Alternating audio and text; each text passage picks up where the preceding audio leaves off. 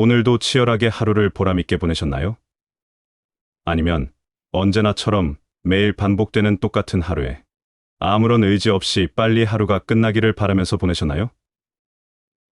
사실 대부분의 사람들은 후자의 경우가 많을 거라고 생각합니다.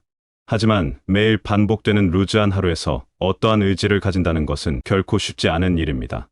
삶이 루즈하기만 한가요? 단지 그것뿐이라면 다행이겠지만 슬프게도 우리는 육체적으로, 정신적으로도 거대한 스트레스의 파도에 휩쓸려 표류하고 있습니다. 그냥 정신 차리기에도 바쁜데 의지를 갖는다는 것은 너무 어려운 일일지도 모릅니다. 그럼에도 내가 의지를 가지고 살아내는 삶이 왜 중요한지 위대한 철학자 쇼펜하우어를 통해 알려드릴게요. 그의 사상과 철학이 오늘날 우리 삶에 어떠한 솔루션을 제공할 수 있는지에 대해 알아보도록 해요.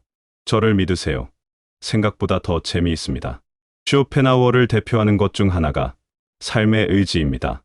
Will to life, 그게 대체 뭐야 할 수 있습니다.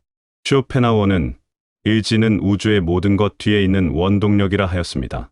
생존하도록 우리를 밀어붙이는 것은 본능이며 이는 모든 생명체의 근본적인 것이라 본 것입니다. 근데 쇼펜하우어의 이 생각이 오늘날을 살고 있는 우리들에게는 어떤 도움이 되는데? 쇼펜하우어가 살아생전에 생명을 관찰한 방식을 살펴보겠습니다. 그는 인생이 의지가 이끄는 끊임없는 투쟁이라고 믿었습니다. 의지에 따라 우리는 항상 무언가를 원하고 그것을 위해 노력하며 그것을 얻으면 또 다른 것을 원합니다. 이 끝없는 욕망과 만족의 순환은 삶을 끊임없이 달리는 쳇바퀴 또는 러닝머신처럼 느껴지게 합니다. 이해되시나요? 예전에 정말로 원했던 무언가를 구매했던 그 때를 생각해 보세요. 첫 차를 계약했던 때, 구하기 힘들다는 첫 명품백을 구매했던 그 때를 생각하면 어떤가요? 정말 행복하지 않았나요? 분명 당신은 아마 꽤 행복했을 것입니다. 그렇죠. 하지만 그 행복이 얼마나 지속됐을까요? 얼마 지나지 않아 그 행복은 끝이 났고 새로운 또 다른 원하는 것을 찾았을 것입니다. 바로 이것이 쇼펜하우어가 말한 것입니다. 쇼펜하우어는 우리의 욕망이 끝이 없기 때문에 우리의 행복은 일시적인 것임을 알아냈습니다. 삶에 대한 의지는 계속해서 우리를 새로운 목표, 새로운 욕구, 새로운 필요를 향해 밀어붙입니다. 어떻게 보면 듣기에 따라 약간 우울할 수 있는 이야기지만 쇼펜하우어는 그럴 의도가 없었습니다. 그는 단지 우리가 왜 삶이 끝없는 투쟁처럼 느껴질 수 있고 행복이 왜 그렇게 덧없이 보일 수 있는지 이해하도록 돕고자 했습니다. 하지만 분명 이 굴레에서 벗어나고 싶은 사람도 있을 겁니다. 다행히도 쇼펜하우어에 따르면 이 투쟁, 이 굴레에서 벗어날 방법이 있습니다. 쇼펜하우어는 이 욕망과 만족의 순환을 인식하고 끊임없이 더 많은 것을 필요로 하지 않고 만족할 수 있는 방법을 찾는 것이 해결책이라고 말했습니다. 아니 이게 무슨 개소리야 할 수 있겠지만 잘 들여다보면 들리는 것처럼 불가능하지는 않습니다. 한번 생각해 보도록 합시다. 나는 더 많은 것을 원하는 대신 내가 현재 가진 것에 대해 감사하기 위해 얼마나 자주 시간을 냅니까? 다른 차와 가방을 원하지 않고 만족해하던 때는 언제입니까? 더 큰 욕심을 부리기보다 친구와 가족에게 얼마나 감사해야 하나요? 전제에 만족하기가 쉽지 않다는 것은 알고 있지만 쇼펜하우어의 철학이 도움이 될 수 있습니다. 삶이 의지와 더 많은 것에 대한 끊임없는 열망에 의해 움직인다는 것을 이해함으로써 우리는 그것들을 통제하는 법을 배울 수 있습니다. 우리는 우리가 가진 것에서 만족을 찾을 수 있고 더 많은 것을 원하는 끝없는 순환에서 벗어날 수 있습니다.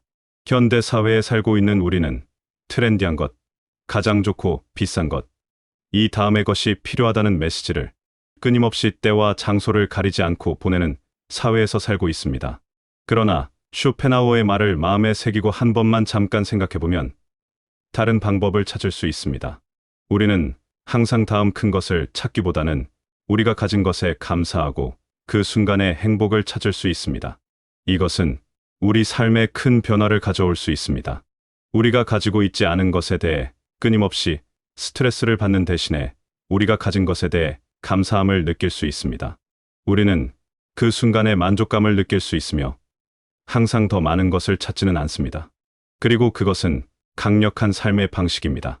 요약하자면 쇼펜하우어의 삶의 의지는 삶의 욕망과 만족의 끊임없는 순환을 묘사한 것이며, 그것은 행복이 종종 덧없이 느껴질 수 있는 이유와 삶이 투쟁처럼 느껴질 수 있는 이유를 이야기합니다. 하지만 이 주기를 이해함으로써 우리는 그것을 통제하는 법을 배울 수 있습니다. 우리는 우리가 가진 것에 감사하는 법을 배우고 항상 더 많은 것을 필요로 하지 않고도 만족을 찾을 수 있습니다. 이것은 우리가 목표나 욕망을 갖는 것을 멈춰야 한다고 하는 것은 아닙니다. 다만 더 건강한 균형을 이룰 수 있고 욕망이 우리의 행복을 지배하지 않도록 할 수 있습니다. 쇼펜하우어의 철학에는 오늘날 우리와 특히 관련된 또 다른 중요한 개념이 하나 더 있습니다. 바로 연민입니다. 쇼펜하우어는 연민이 도덕의 최고 형태라고 믿었습니다. 하지만 이게 왜? 이것을 이야기하려면 방금 전까지 이야기했던 의지에 대해서 기억해야 합니다. 쇼펜하우어는 이 의지가 모든 생명체에 존재한다고 믿었습니다. 따라서 우리는 모두 근본적인 차원에서 연결되어 있습니다. 우리가 이것을 이해할 때 다른 사람들이 우리와 같은 욕망과 투쟁에 의해 움직인다는 것을 인식하기 때문에 다른 사람들에 대한 공감과 연민을 느끼게 됩니다. 종종 분열되어 있다고 느낄 수 있는 세상에서 이것은 중요합니다. 연민에 대한 쇼펜하우어의 관점은 다른 사람에 대한 이해와 친절이 단지 좋은 사람이 되는 것이 아니라 우리가 공유하는 인간 경험을 인식하는 것이라고 이야기합니다. 이것은 삶의 모든 상황에 적용될 수 있습니다. 다른 사람이 어려움을 겪는 것을 보면 우리도 거기에 있었다는 것을 기억할 수 있습니다. 판단하는 대신 공감할 수 있습니다. 다른 사람이 어떤 대단한 것을 성취하면 우리는 그들의 행복을 함께 나눌 수 있습니다. 예를 들면 올림픽에서 금메달을 땄을 때, 월드컵에서 승리하였을 때, 손흥민 선수가 골을 넣었을 때를 생각해 보세요. 이것은 노력하고 성공하는 것이 어떤 것인지 알기 때문입니다. 우리가 불이나 고통을 볼 때 우리는 삶에 대한 공유된 의지를 인식하기 때문에 그것에 맞설 수 있습니다. 연민은 항상 쉬운 것은 아니지만 믿을 수 없을 정도로 강력합니다. 타노스만큼이나 말이죠. 그것은 우리가 깊은 수준에서 다른 사람들과 연결하고 세상을 더 나은 곳으로 만들 수 있게 해줍니다. 쇼펜하우어의 철학은 19세기의 것이지만 시대를 초월합니다. 욕망과 만족의 끊임없는 순환을 이해함으로써 우리는 우리가 가진 것에서 만족과 행복을 찾는 법을 배울 수 있습니다.